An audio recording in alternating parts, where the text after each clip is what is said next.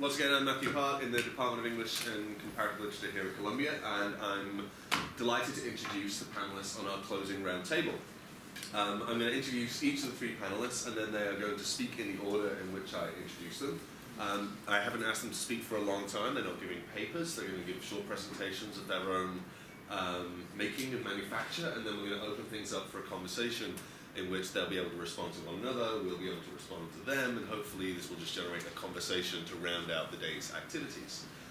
So first of all, at the end of the table, David J. Alworth is John L. Loeb, Associate Professor of the Humanities at Harvard, where he teaches in the Department of English and in the program in History and Literature.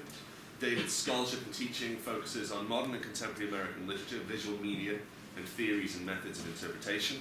His essays have appeared in New Literary History, Post 45, American Literary History, Contemporary Literature, Public Books, and the LA Review of Books.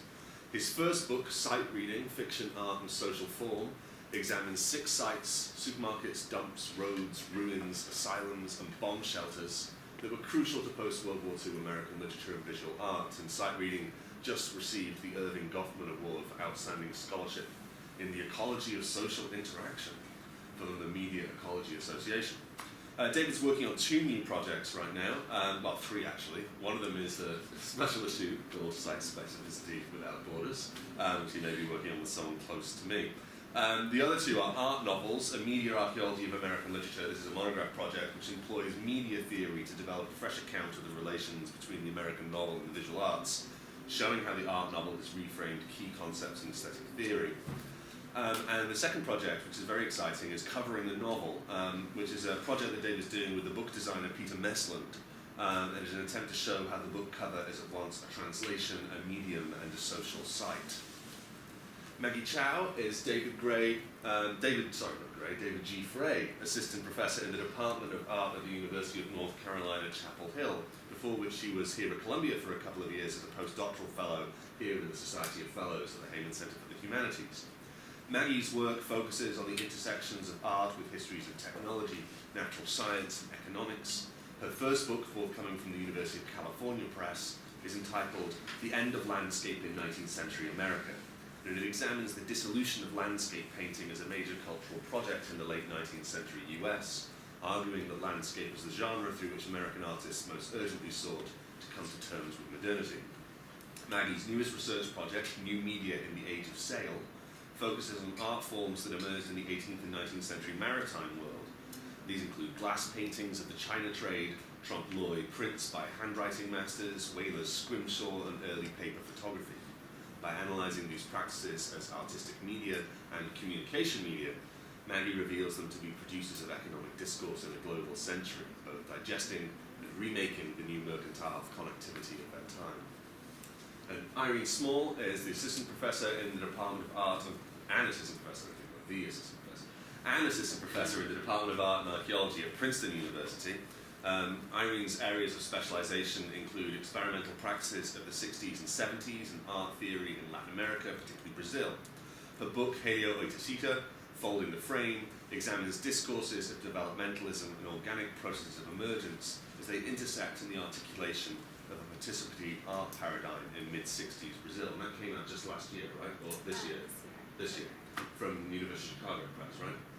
Irene's recent essays have considered autopoiesis and medium specificity and the historiography and ideology of the Brazilian avant-garde. As a curator, Irene has organized several significant exhibitions, including, I'm going to mess this up, Verdi Voco Visual, Brazilian Concrete Poetry at Sterling Memorial Library, Yale University, and a co-curated show, Multitude, at Artist Space, New York. In 2013, Irene co-curated Blind Field, an exhibition of emerging and mid-career artists working in Brazil, which was presented at the Cranach Art Museum and the Eli and Edith Broad Art Museum. So, welcome our 3 panelists.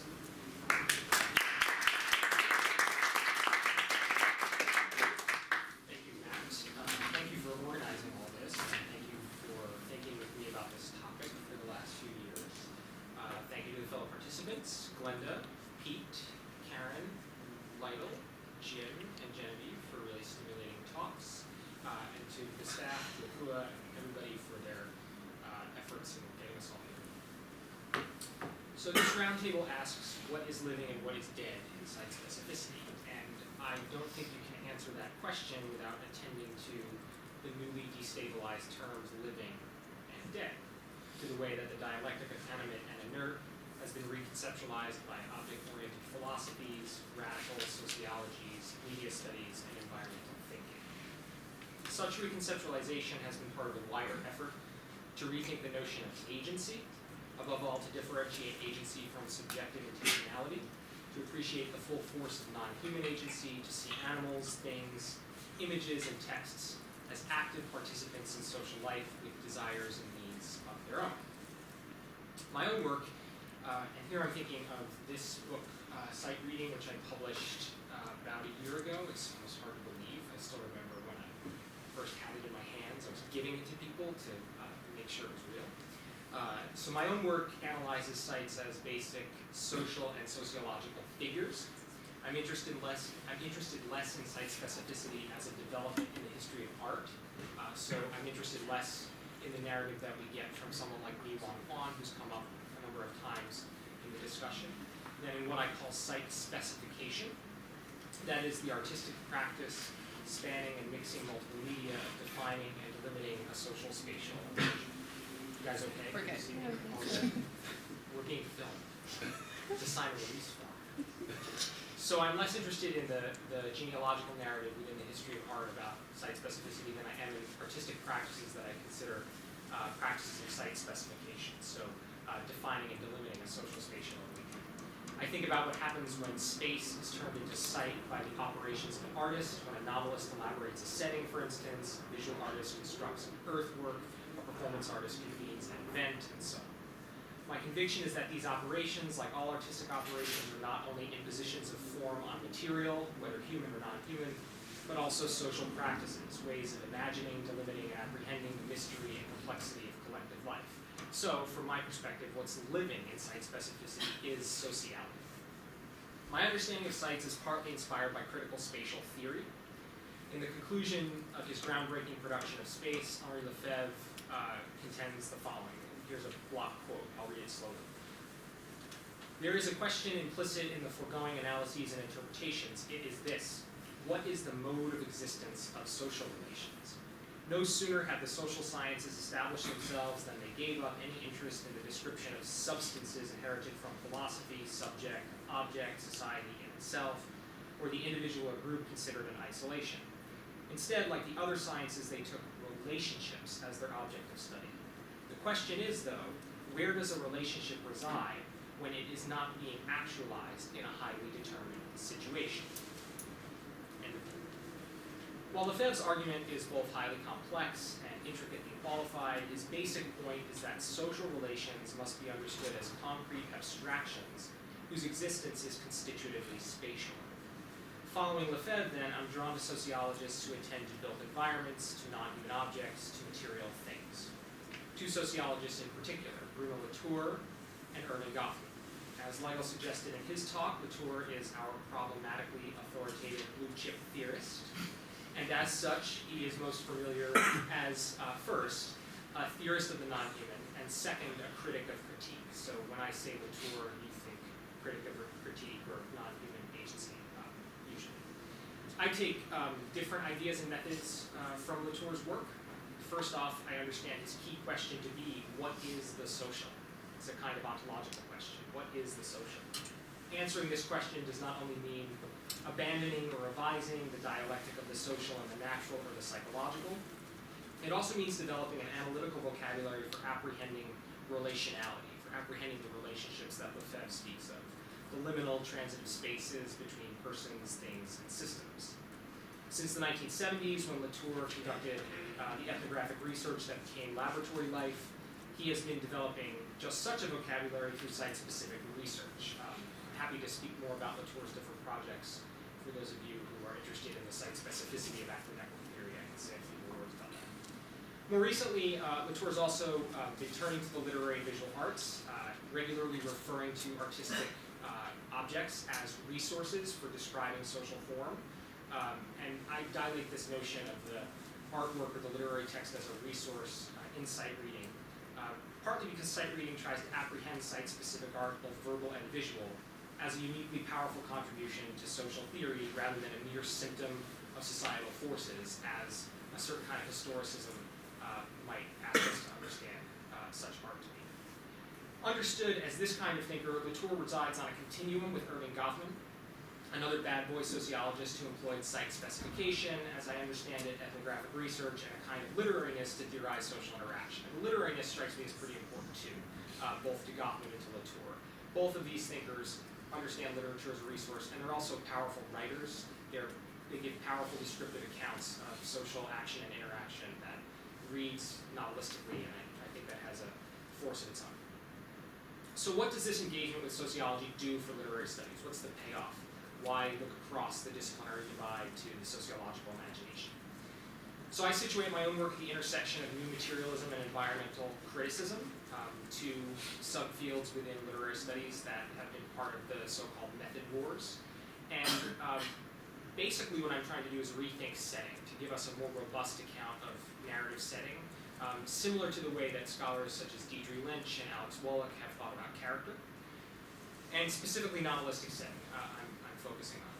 If the novel's delineation of consciousness has long instructed us, however unevenly and unsystematically, about both individual personhood and the human mind, and if its treatment of physical things has prompted us more recently to pose fresh questions about matter and materiality, then its figuration of sites, vibrant assemblages of persons and things, might occasion a new inquiry into the nature of sociality. This is the premise of sight reading as well as the hope.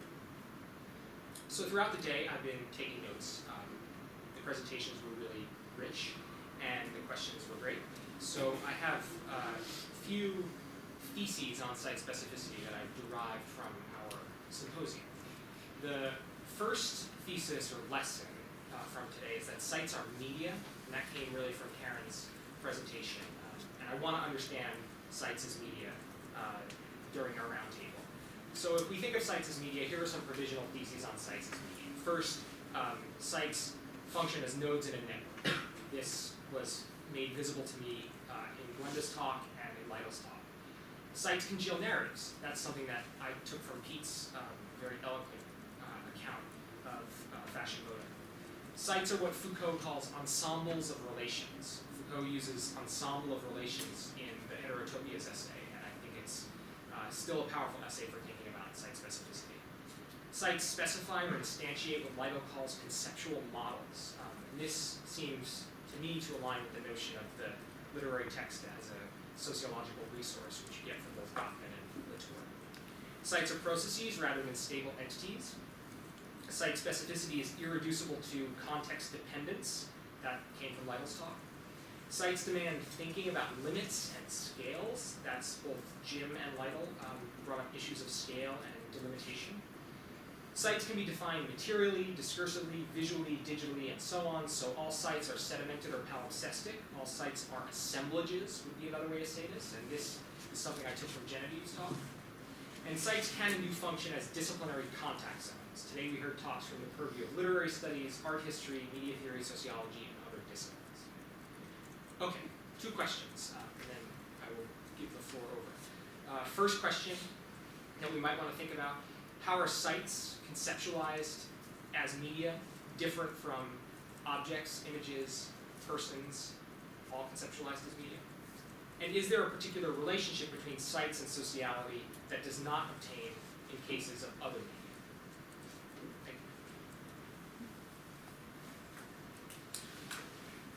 So I have just some points to go along with a very brief discussion, and I wanted to try and think about the notion of site and site specificity across a longer range of time than many of the papers have today, just to offer a kind of longer perspective and think about how notions of site specificity have changed in relation to understandings of environment and terrain over time.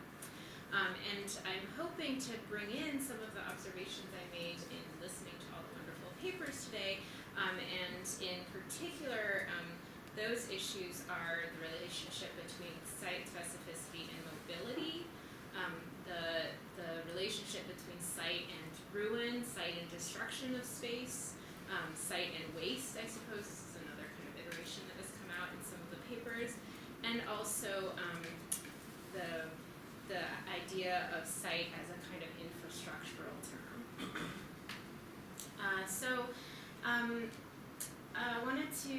in thinking about site specificity in a longer history of it, I wanted to talk about the sort of tension between site specificity and artistic encounter with the frontier.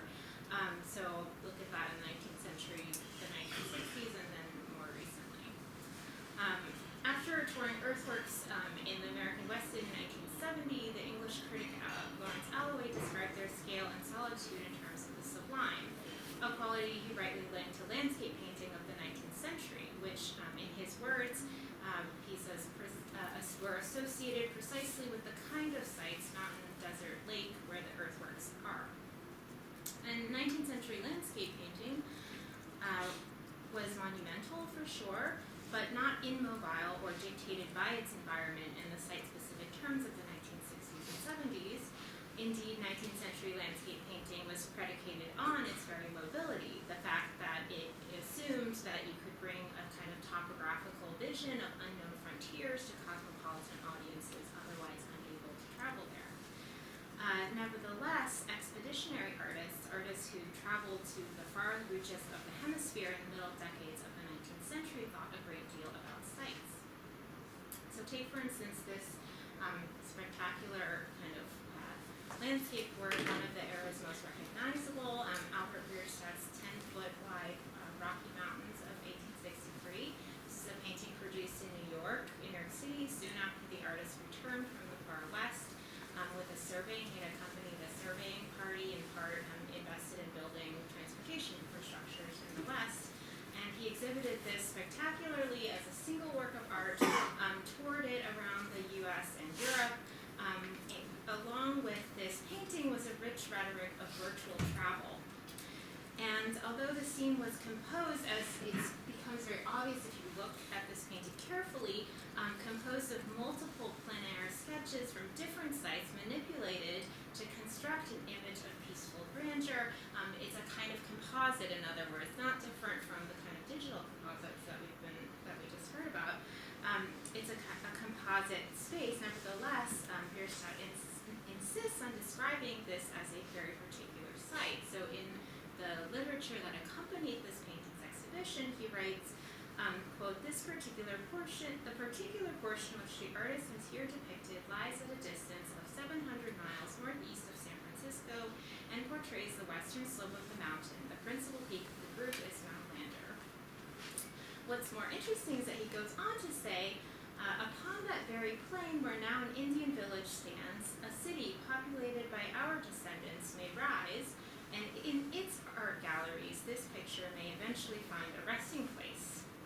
So what the artist imagines then is an inverted sort of site specificity, one that predicts not the eventual subsuming of the artwork by its environment as land art practitioners of the 60s and 70s imagined of their pieces kind of degrading over time in the landscape, but its persistence, the painting's persistence, in situ no less, despite the site's varied destruction and upheaval. Bierstadt's Rocky Mountains never made its way to 700 miles northeast of San Francisco. It's actually crossed out of the Met. But its 19th century sites of exhibition, spanning, as I said, transatlantic sites of exhibition, rehearse the kinds of dislocations that the artist predicted in thinking about his painting site. So in 1891, that's 30 years after the painting debuted in New York, a critic described an encounter between a troupe of Indian performers on tour with Buffalo Bill's Wild West show with the painting in a London gallery. He writes, quote, the Braves, Sitting Bull included, were in full Indian dress, and I have actually an image of this. There we go. The Braves, Sitting Bull included, were in full Indian dress, gazing with amazement at the pictures. They wondered how the Rocky Mountains could be caught and put into a picture of so many square feet, and they were sure that an American had done it, for, as they said, the Yankee has a way of bottling up the land. The scene has an air of being staged, reminiscent of the tableau vivants that George Catlin in antebellum Indian galleries, which also toured in the very same cities, though this later meeting comes at the end, historically, of 3 decades of war and genocide on the Great Plains. Predicated on environmental and territorial loss, just as Catlin's tableaus, which are illustrated here, had been motivated by salvage ethnography. Expeditionary landscapes were ultimately about sites staged through representation and mimicry, a kind of virtual site, more than anything else. In the expeditionary art of the 19th century, concepts of site emerge as something unstable and subject to relocation and displacement in a newly global and connected world. It's no coincidence that when Robert Smithson chose to locate his most famous site-specific, these are a little bit out of order, site-specific work, Spiral Jetty, he found a place. He cited it 15 miles down a rural road from Golden Spike. This is commemorated here, which of course is the completion point of the first transcontinental railroad. This location for Spiral Jetty ensures that the spatial fixity of the jetty is always viewed as a counterpoint to the 1869 monument, which this photograph commemorates, that celebrates mobility and technological achievement in expense of environment and the preservation of environment and indigenous life and culture. So as sites of artistic tourism, then the earthworks that Alloway visited, early on, and people still continue to do, like the jetty and other pieces, in the American West, live out the reality that Bierstadt imagined, a kind of, Euro-American notion of the frontier overridden on sites that were once indigenous terrain. The frontier today, we might say, is, if I were to think of what is the frontier today, I think of the Arctic, the still uninhabited Arctic. And with global warming slowly turning the Arctic spaces into open routes, into a site for the extraction of natural resources, in many ways it allows us to think about the sort of future of the idea of frontier in terms of the visual. So this latest frontier has pushed hardest towards expeditionary works that formulate site specificity in yet another way. Sorry for the slides being out of order there. So take, for instance, this recent work called The Distance Between What We Have and What We Want, Arctic Ice Project by the New York-based Bohemian artist Vera Strachan. This piece involved Strachan's own travel to Alaska to harvest a 4.5-ton block of ice, which he then shipped to his native Nassau so that it could be kept frozen through a hot summer in an outdoor solar-powered freezer. The massive block calls to mind the cubic forms of minimalism, which also relied in part on site-specific notions of phenomenology, but its unexpected mobility, despite the odds, the fact that it's so heavy and ephemeral as an artifact, a kind of displacement of site, references global networks, the cargo holds and refrigerator cars of our modern food chain going from the tropics to the northward.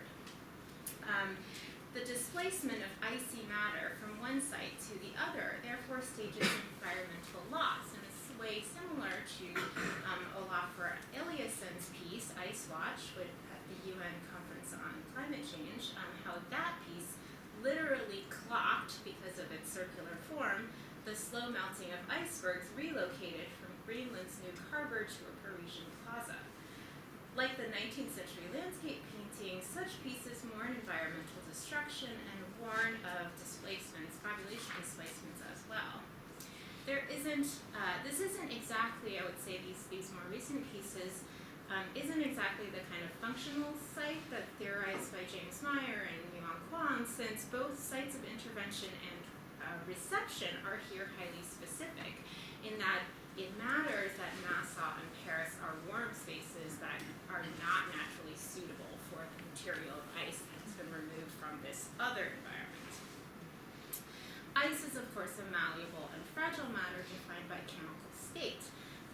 as distant as we can get from the rocks and dirt that Smithson, for instance, placed in bins and on mirrors and galleries for his non-sites in Winslow Center. The comparison would be the very recent work by Ronnie Horn, Library of Water in Iceland, in which 24 glass columns, each filled with a different Icelandic glacier, transformed their native site into a refractive window through which to look through the landscape beyond. So because the glaciers then melt, it becomes this sort of clear refractory substance. Site specificity of this new order, as in Horn, Ellison, Strachan's work, is time and space specific in the brief rather than the longue durée. So this is not to say that earthworks themselves weren't of the 60s and 70s weren't themselves ephemeral. So for instance, Dennis Oppenheim's annual rings of 68 involved carving a series of rings into winter ice on the opposite sides of the St. John River, a location on the US-Canadian border that's also boundary between time zones. Yet Oppenheim's work is a site specificity of borders, I should say, not without borders, as the Symposium wants us to consider. But it's also, these rings are made, key difference is that these rings are made through a kind of, we might imagine, a kind of brute force, like many earthworks of that period, in that it involved a sort of simple labor, even though sometimes it used heavy equipment. It was the kind of labor that was not about high-tech engineering, but about simple subtractive and additive movement of materials, so excavation, building, reminiscent of the kind of industrialist construction of the 19th century in the very same sites. So these more recent kinds of site specificity, in saying that they are time and space specific in the brief, in the short run, is that they also imagine a kind of process that's sped up and that's technological. So like in many ways, like the 19th century reflections on site, it has at its center is an idea of global dislocation, and dislocation that's made possible or made necessary by very technological modes of transit and environmental engineering is really at the core of thinking about site specificity, I think, today. So that's what I've prepared, and I think I want to think about, in thinking about this kind of like what I've been thinking about as a kind of evolution or shifts over time of site specificity in relation to what might be called environmentally referencing works that reference environmental change. I would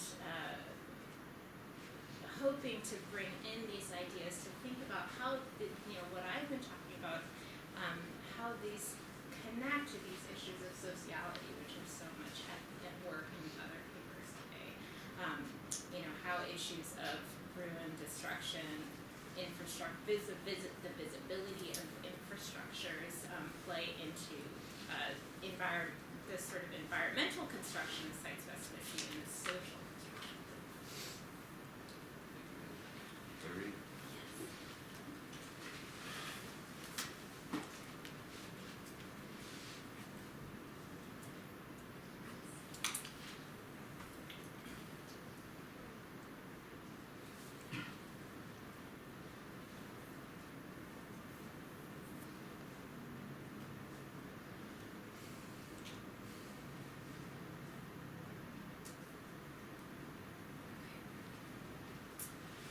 So thank you, Matt, for the invitation and for all of your thoughts. I've learned so much over the day. It's been a real pleasure. I have not something so prepared, so I'll just sort of talk a little bit about some of the thoughts I've had in relationship to our initial conversation some months ago and hearing the papers today. When we initially spoke about this idea, I think at that point was really more in relationship to the special issue. You had talked about your interest in what site-specific practices might be in Latin America, and I think that I had a kind of resistance to this because as an art historian, the very notion of site specificity felt overdetermined by a certain kind of post-minimalist context. And as someone working in the 1960s and 70s in Latin America, as someone working on that material, one of the problems that we face is a question of translation in terms of the types of practices that are unfolding in this period, which have many resonances, but are of course very distinct. Institutional critique is another type of term that has been attempted to be transposed onto Latin American material, but of course the institutions themselves operate in very different modes. So I think site specificity initially to me seemed overdetermined and also not necessarily operative in the Latin American material of the same time period. At the same time, Latin America itself, Latin American art, is only an operative category. And the kind of paradox that I see here is that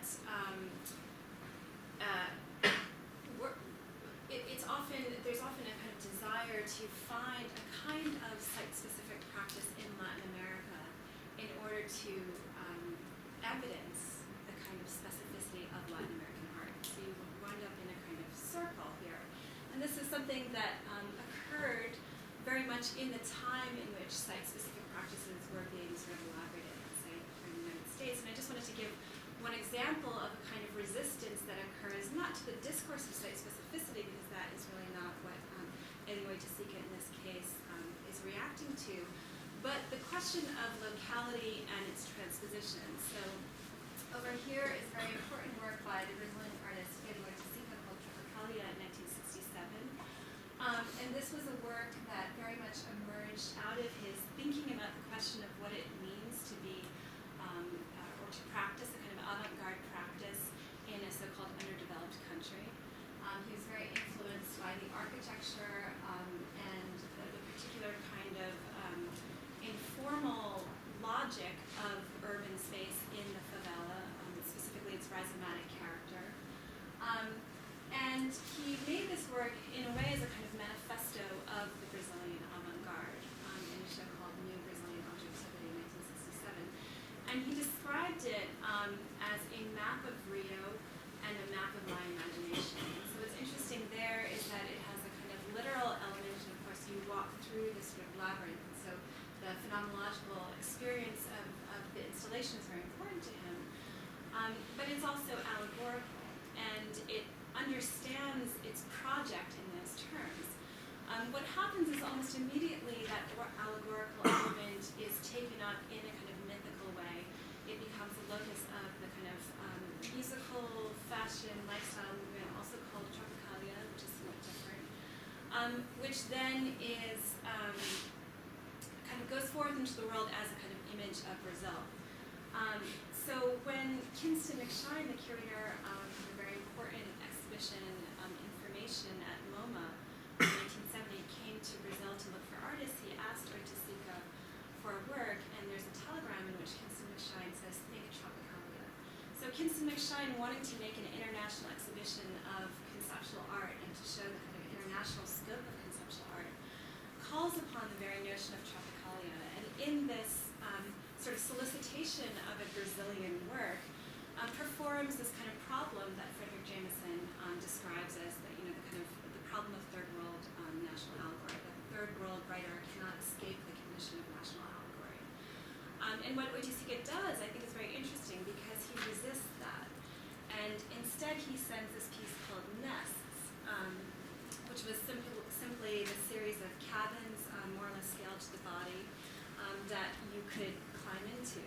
And it's an abstraction, it's a kind of condensation, but what's interesting here is that it abstracts the kind of cellular logic of the favela that he was interested in, which gave rise to Tropicalia, but it produces it, gives it over in this entirely abstract form. And although the form then has some potentially indexical relationship to a certain pattern of growth, a logic of growth, the content is what is site-specific in the sense that it will be filled with the people who come there, right? So there's a relationship between content and context here that I think is interesting. So I think this is a kind of nice moment of showing a certain resistance to the transportation of a concept, a transportation of locality as given over by work of art. So if that's kind of one way of critiquing, site specificity as something overdetermined, the other danger, and you reference this in your opening remarks, is a kind of endless plurality. Like it's just too broad. And the very notion of site specificity without borders, I think, is almost impossible, which is why I like that. The specificity of the border, because in some ways, we always need an epistemological frame. It's a question of how we make those frames or how we reconfigure them as counts. I think I'm sort of agnostic about what I think is alive or dead about site specificity, but I think, like David, I think it's important to, when we talk about site and want to apply it to a rich variety of analytic cases, to also think about what it does to other series of terms. And in my own sort of thinking, medium and form have been particularly important. And I've sort of come to this through sort of a certain thinking about questions of borders. I've been drawing a little bit from the sociologist Nicholas Luhmann's writings on the relationship between form and medium, which are in turn indebted to the Chilean cognitive biologist Humberto Maturana and Francisco Varela. And what's interesting, or what's useful, I think, about this formulation of medium and form, although I have a lot of other problems with it, is it understands form as a kind of coagulation of medium. So they are actually, they are comprised of the same thing, but there's a kind of temporal coagulation that creates a kind of form. And one of my sort of thoughts after hearing the papers today was that site is the kind of spatiotemporal interval in which that coagulation happens. And I think that helps me, for example, think about Kara Walker's piece, because when we understand site not as the domino sugar factory, but the question of how much a form such as sugar can release a kind of, and channel a series of energies, bodily, psychic energies that are themselves the product of bodies that have to be, that are kept alive literally through sugar, right, the sugar that we need to live, then I think we can start to have a slightly more dynamic relationship between the kind of spectatorship that necessarily becomes a part of the piece, and think of it a little bit away from the more pragmatic elements of its kind of matter and or contextual site per se.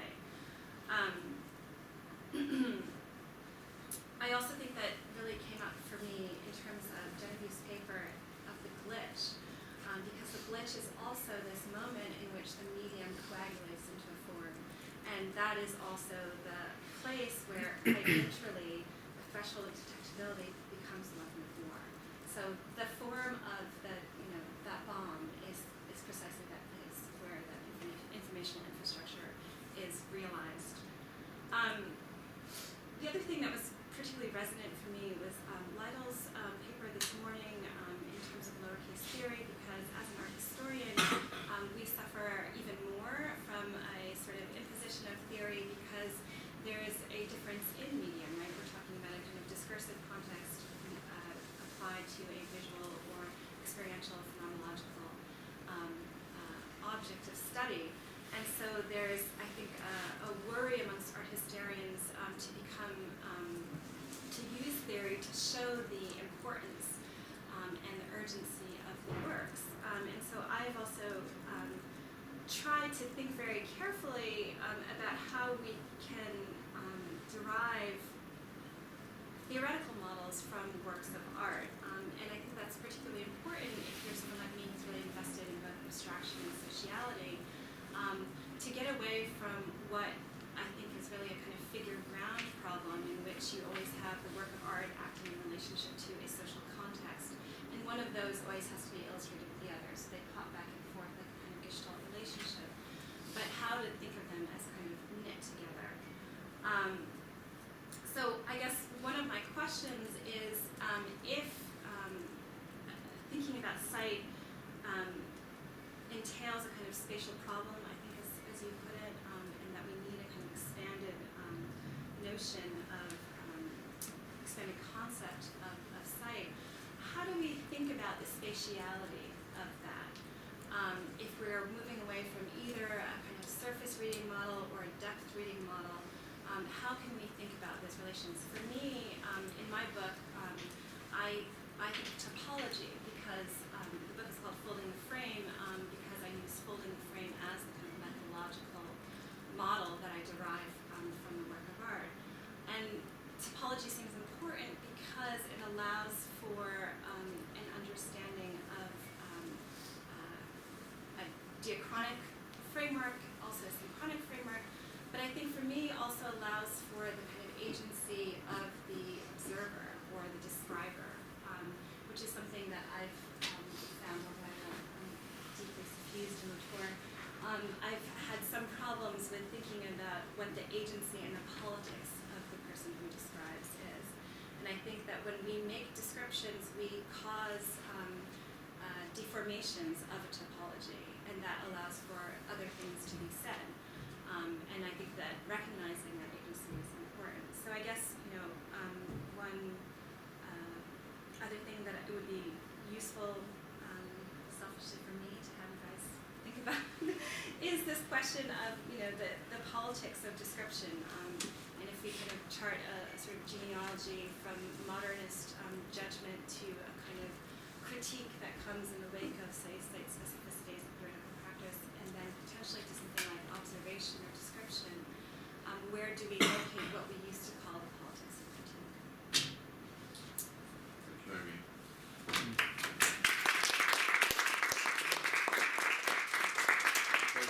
Thank you to all three of our roundtable panelists. I'm just going to throw things open to the audience now, and you guys should feel free to ask questions of one another, but also I want to encourage the audience to participate in the discussion too and ask questions of panelists and also of one another. So, Karen. I have a question that's a bit selfishly exterior to the I think the frame of the discussion, which is a question about historicization. And one of Maggie's comments that were very evocative in sort of showing comparing landscape paintings with the sort of more contemporary works that are actually displacing pieces of the frontier, ice into cities or what have you. Is this how they sort of both are either dealing with the ruin, right? So you have landscape paintings that are an abstraction, they're often painted from an impossible point of view, documenting a non-place, right? Just an idea of a place, and it doesn't matter if they come in contact with that place, and often they materialize sort of after or in relation to the sort of ruination of that place, right, or the destruction of that place. But then you have the sort of importing of ice is equally an abstraction, right? Because you have the literal naturalization of history. So you can't, they're both trying to get, as I was sort of talking about with Glenda's piece, I think brought up also in the morning, is that this impossibility of trying to historicize, right? So it seems like very retroactively Jamesonian all of this, but let me be a kind of ruin coming from the future. So I wonder how people approach this, because it seems that perhaps the talks of the panel just before this were approaching it a certain way, right? Where Aaron's the alienation, right, that she sees in technology, in the technology of space to impute something to the paper that wasn't, but is somehow overcome through that very same technology, right? And I just wonder how the sort of papers historicize themselves. How do we sort of historicize the question of sight, right? Without contextualizing it, without turning it into historicism. But it seems that that it necessarily comes up that it's trying to either represent something or evade representation, respond to a kind of historical consciousness coming from above, foreclosing mediation in the case of the last paper before this panel, and that sort of floating in the air, that sort of necessarily comes up when we talk about relating a piece of art or a piece of mediation to a particular place, but that's been difficult to kind of grasp throughout.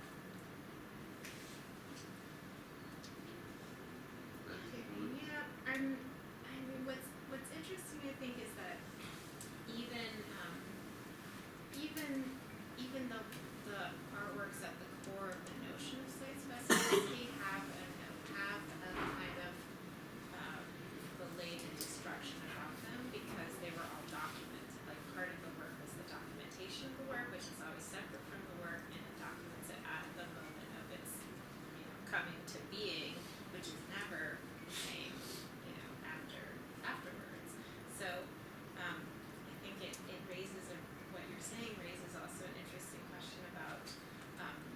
is sight always troubled by, I guess, a kind of, are understandings of sight always troubled by their disappearance, or even, knowledge of their disappearance or something of that degree? Because part of sight specificity is something about not being able to preserve something about specificity of sights. I don't know if that adds anything to what you're saying, but I'd This, be interested to hear. I don't know whether I'm understanding the question in a way that is grossly crude, but whatever, I'll be vulgar. My sense, if one of the things historicising site specificity in its sort of vanguard of 60s, 70s modes, it depends upon a kind of double destruction, right, or a double ruination. First, the destructive mastery of landscape by technology, especially by industrial capital, and then the progressive destruction of that mode of production. So if you go back to Smithson's work, the first words that come out of New Jersey, right? It's the ruins of of what was once the future. So the combination of both landscape and an industrial landscape that is already on the verge of its own obsolescence seem to be crucial to it, right from the time and place, such that we have to think about it in terms of the sort of conditions of mode of production of spaces, or I think of as edgeland spaces, like New Jersey, which are neither rural nor urban, but are a specific kind of, product of a specific kind of industrial political economy. No, I agree. I was thinking, sort of, it occurred to me, like, I felt compelled, like, to sort of, to I don't know, read Rosalind Cross's essay as, like, an obligate, sort of like homage to the conference. And it occurs to me that this isn't it doesn't quite make sense without the medium specificity, without the necessity of returning to the historical monument, without contrasting the mobility of either the landscape painting or the modernist sculpture with the historical monument. And so all of the question of ruination is also, the contrast to that. So in a sense, the question of ruination itself is also mediating the discussion. It's not only that it was a kind of reaction, kind of unmediated reaction to the destruction of the earth, and then the kind of ruination of the hope of modernity, but also that is somehow also filtering and determining the way that we're talking about this. Like, you might have said, Yeah, I was just gonna, it seems like Smithson sort of focalizes this again in an interesting way, which is that he, has Passaic replaced Rome as the eternal city, right? And so people go to the suburbs to negotiate their futures now when they used to go to the eternal city. And it struck me actually that one of the concepts that came to mind from him, to speak, I think, to some of your concerns, is that he reverses the temporal charge of the monument. The monument had always been a way to manage a relation to the past, right? It had always been a way to essentially produce certain forms of civic subjecthood by figurative sculpture placed in public that would remind you that these people died for your freedom that you enjoy right now, and so you better think about being a good civic subject, right? And he sort of thought, well, okay, what if we flipped the charge and actually made it a certain kind of enticement toward different kinds of futures? And then when we look at all of them together, as he does on the tour, they all collapse into this incredible cacophony of irreconcilable temporal charges, right?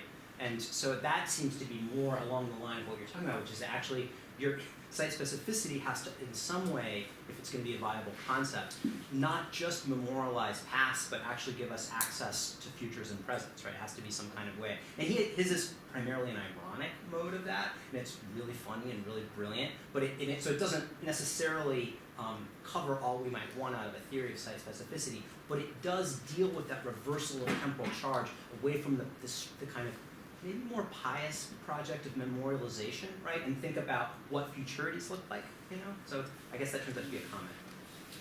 Yeah, so just to speak to that, it feels to me like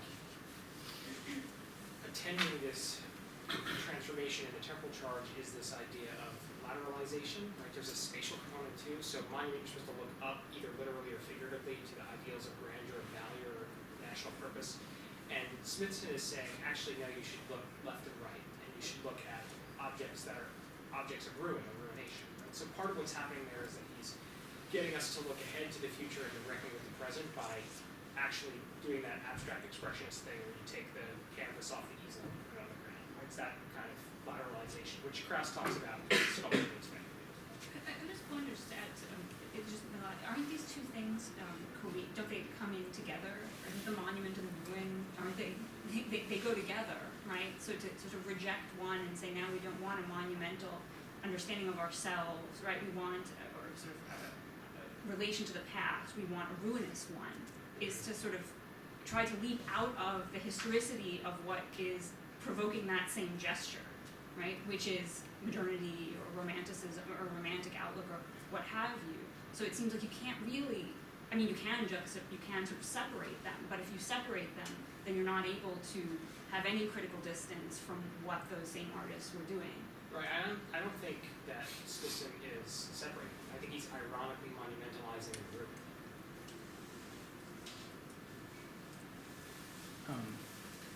I appreciate, Irene, what you said about the political, and I was wondering to what extent we could expand on that and think about that more, and maybe in relation to what everyone was talking about, even though that word didn't actually come up that much, as opposed to let's say the social or the sociological, and what's the connection there, especially with regard to, I guess, the question of the border. So I'm thinking about, especially, I can't help but think about, what Benjamin calls the yet site, which is the, not site in English site, but site meaning time, the now time. And right now, in this country, we have a political situation where borders, and not just in this country, but in many countries where borders are being even more politicized than perhaps ever before in recent times. And border walls are being proposed, and there's Brexit and separation of national identities or identifications. And so I wanted to highlight that and think, when I was thinking about the Latin American context, I was thinking, for instance, first came to mind was Doris Salcedo, and thinking about maybe what hasn't come up at all, but maybe is relevant to a lot, maybe especially what Genevieve was talking about, what you were talking about, whether the biopolitical is central to a lot of what we're talking about here, certainly not all of it, but in order to think about the ecological or what we could call political ecology, in a way maybe that Latour doesn't so much talk about in quite the same way, but Foucault does talk about the biopolitical, obviously, right, and not in the Heterotopia essay, but elsewhere. Although you could read it into it, I guess. So I'm trying to think about the politicization of borders and the biopolitics of borders and national identities and spaces and sites. And then Francis Alice maybe being another Latin American example who came to mind, who emphasizes borders quite a bit. And he has this ICE project, which came to mind when I was thinking about the two ICE projects that you referred to. And of course in Gaza, we've got borders, and in forensic architecture, borders are key. And the mapping, I mean, I'm throwing a whole lot of stuff together, but the lateralization question too, I think it's not just horizontal, but requires a view from above, right? So that's something that I've been trying to work on a lot. I mean, when Krauss talks about the horizontal plane, the problem, of course, is that abstract expression, if the canvas, let's say, is on the floor, or if Smithson's earthwork is on the ground, it nonetheless requires a view from above to see it or represent it, right? So what's going on there in terms of vertical space, too, which may become hierarchical as well? I'm curious to hear your reaction to think about this, because there's also an argument to be made that the view from above is an eminently modernist view, and that's what we need to get out of in terms of our epistemological frames for thinking of resistance. And I'm reminded when A.L. Weizmann came to Princeton a couple years ago, and he was talking about a project his student had. When we think about the border, obviously the wall is the kind of metaphor that has been mobilized as this, this rhetorical, weapon in this particular election, and maybe it will have a kind of physical form, but it doesn't seem to me to be the true spatialization of the real terror that's happening. And A.L. Weizmann's student was studying a situation in which people who are actually at the border attempting to get into a place seeking asylum, and one of the technologies they apparently use is they relay their stories. And so this also goes to a shift between kind of witnessing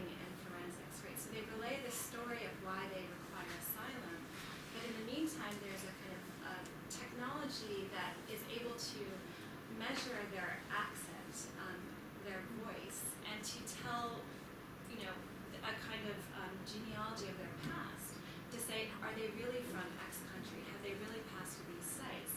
And so, on the one hand, there's a certain notion of witnessing that happens, of the narrative of evidence.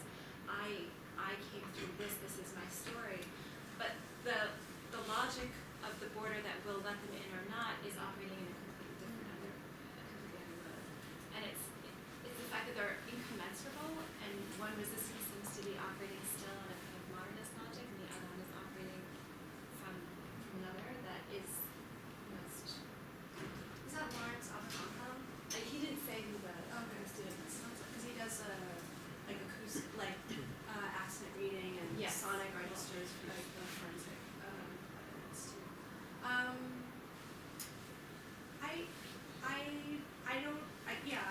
would have to problematize, and I'm trying to problematize the view from above as, I don't think this is what you're saying, but as some kind of remedy to witnessing or as like a solution necessarily in this way, because borders are policed in these different registers that are precisely not visual, not comprehensive.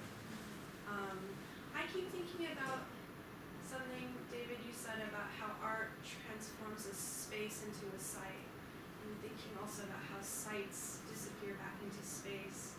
I just jumbled thoughts at this point, but I'm remembering Spiral Jetty too. Itself disappeared for such a long time, and then re-emerged as this kind of, as a site again. It stopped being a site, it was the Great Salt Lake again, and then came back with all these funky foam salt things attached to it. And this is not a response to the biopolitical question, but I'm thinking about the way site itself becomes not alive, then returns in a way, transforms space in a way that can't be anticipated. I don't know, I mean, Smithson wasn't alive when Spiral Jetty re-emerged, I don't think. So I just don't really know what I make of that, but that these are, sites are also temporal, of course, as we've been talking about, but they are ephemeral in this way too, that they surprise us. I have a tediously large amount of thoughts about borders, but I would agree very much with the thrust of what Irene and Genevieve have both said, which is I think that it is a mistake politically and just empirically to fetishize the border as war. And I think that has, Wendy Brown's written about this quite well, about that it has a sort of theatrical and compensatory quality, and that what's really important and pernicious about 21st century border regimes is that their mobilization through an increasing range of different sorts of social, political and legal space, such that things like internet cafes will fulfill some of the ordinary functions of the border, or hotels where they demand your passport, or biometric scanning devices that are occurring in a wide range of non-political, of consumer spaces of one kind or another. Which doesn't mean borders of a fortified and instrumentalized kind like those that we are being proposed to be built at the southern border of US and Mexico, or between Israel and Palestine, aren't important, but they are the beginning and the end of the story. The view from above is related to that, I think. I was thinking about who's ending with Sable? It was the end of the day, and now I can't remember. That was you. It was you right at the beginning, yeah, Clemmy. You ended with Sable, yeah. Yeah. But I was also thinking about not Rings of Saturn, but the Air War essays, Oh yeah. where he talks beautifully about the distorting function of the view from the bomber, and the ways in which that's a falsification of any kind of geographic reality, as much as it's an ability to gain a perspective on it that you don't get on the ground. Sorry, and then Maggie and Jim. I was just say a few things about borders, which is two things. Well, one is that I'm curious to hear what James has to say about the films about the border and how that the digital reshapes understandings of the border. Because one of my comments was that there's when you think of sites in relation to border, there is the map, the cartographic border, and then there's the terrestrial border, and those are entirely different in terms of experience and how they demarcate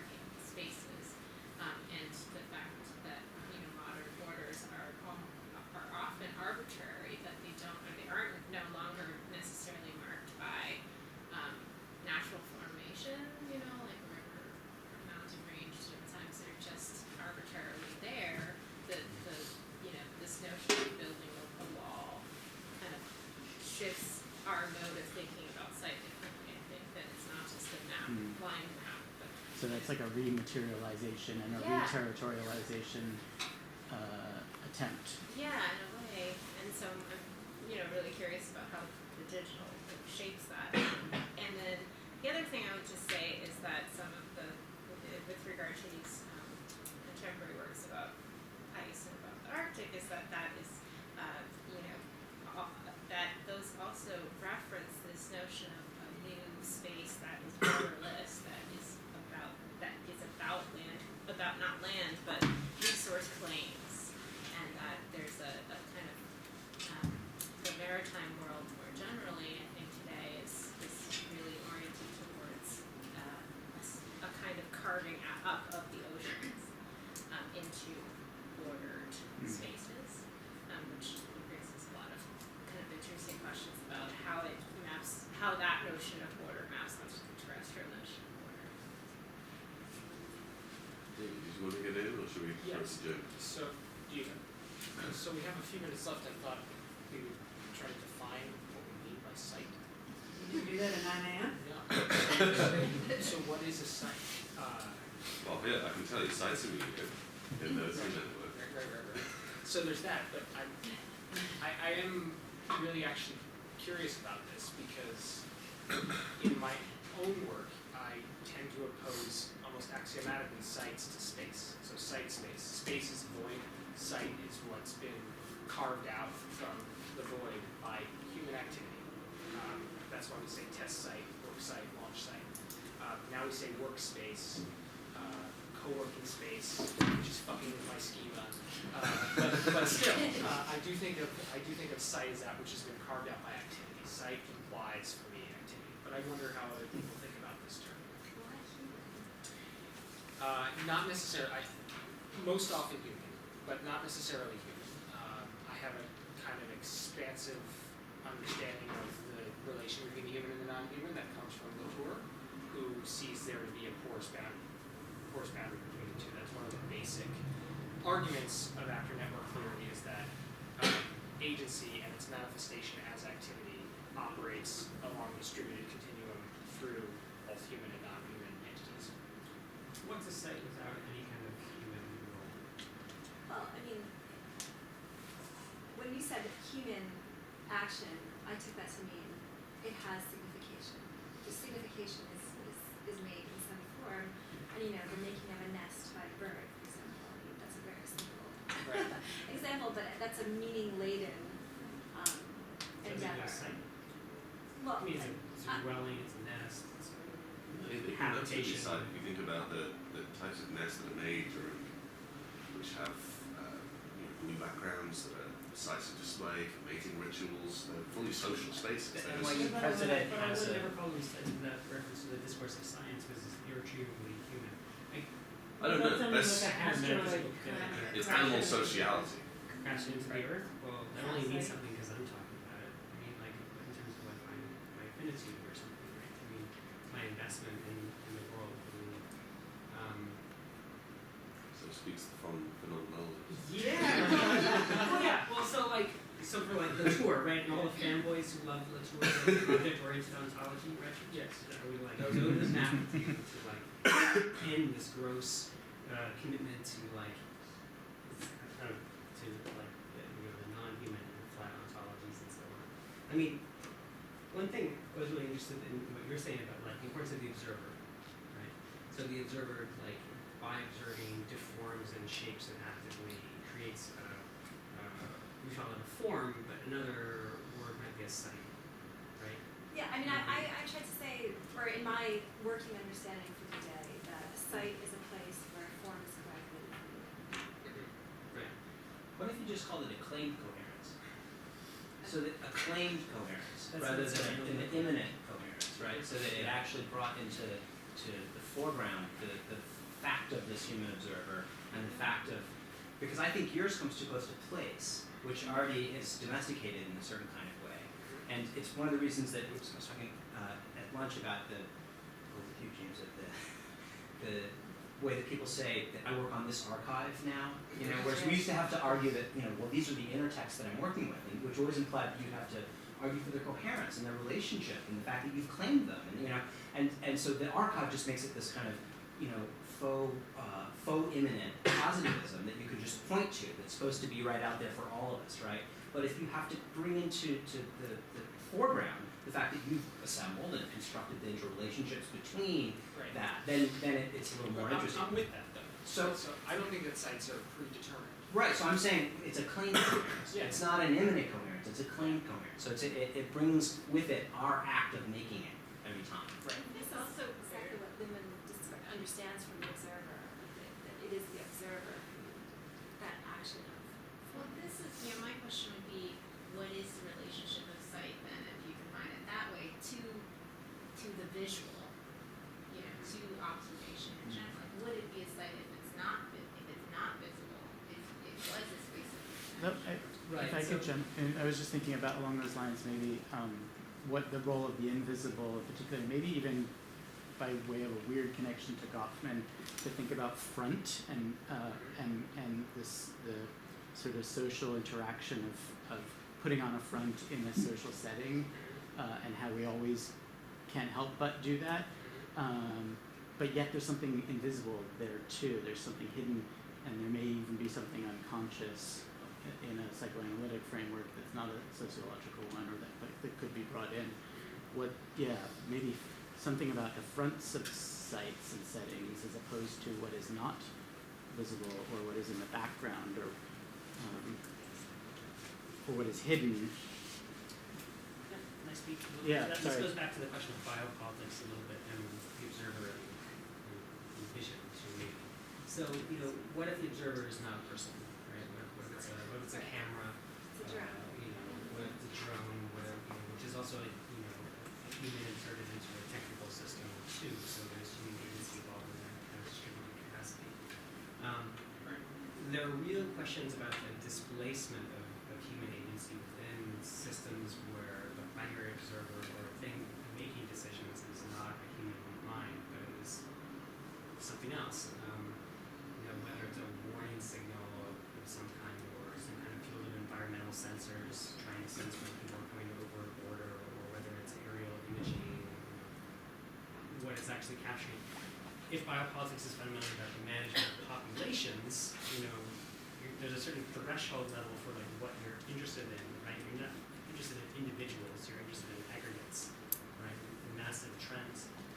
And that's particularly enabled by digital technologies, which enable the kind of mapping of large-scale populations and the sort of filtering of them into different types of categories, right? So individuals, right, into this sense rather than individuals. So I guess I'll end there, but I think it makes a real big difference if the observer is a person or whatever software package is doing the observing, and then who exerts any kind of oversight, if any, on that process of observation. Because even if we don't see it, there's still real-world effects, right? But if you're in Lumon, right, it's a social system that aggregates smaller systems, and systems autopoietically self-differentiate from other systems through observation and second-order observation. There are no individual human beings observing anything in a Lumonian, right? So But there's I can't go along with that. My problem with Luhmann is that it always ends up being static, but I mean Felix Guattari uses a little of the notion of autopoiesis, but he understands it in terms of mutant coordinates. So it's not, of mutant coordinates. So these things that are autopoietically, recursively generating themselves or self-differentiating, what have you. In the Luhmannian scheme, that's entirely, it creates, order. Whereas in the Guattarian schema, it can be political. I mean, I think because it creates, one of the things that works of art do is create these mutant coordinates. So mutant coordinates might be another way of defining the site. That's an awesome phrase. that is awesome. And on mutant coordinates, I call wine o'clock. All right.